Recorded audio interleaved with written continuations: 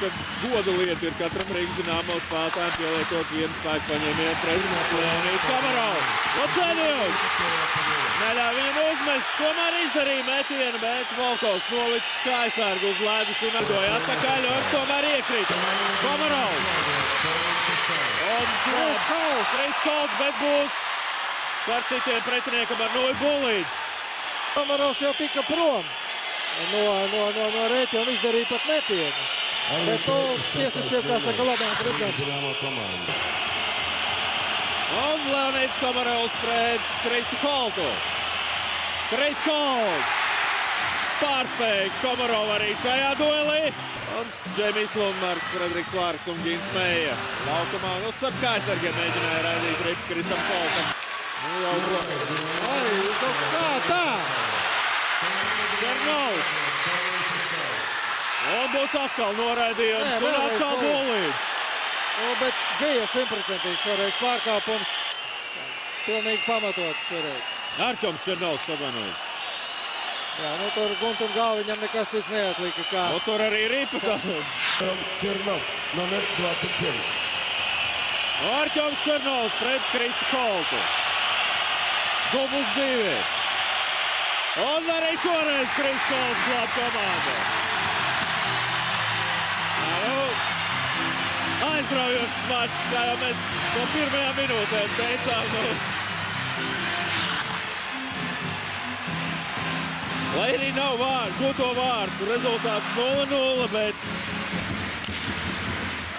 ļoti neveiksmīgi atliec ripa. Kolts glāb komandu un piespēlē atpakaļ, vēl uzbrukums nav beidzies. Rafaels dodas uzbrukumā, ierēdīs ripa zonā. Nē, beidzam piespēlē. Klepišs un Kris Kolts glāb komandu. Jakubs Klepišs izlauzās starp diviem mūsu spēlētājiem un arī izdarīja ļoti bīstamu metienu. Un Kris Kolts glāba komandu. Redzam, pa vidu starp abiem aizsargiem izlidoja Ants Spruks, kur cīnās ar Kokarevu Karsonu pret pārkārtu. Miķels Redlīgs aizskrien, bet Volkovs glāba komandu. Uzbrukums nevar turpināties, jo vārtos ir Pestunovs. No Baikova aizskrien Miķels Redlīgs.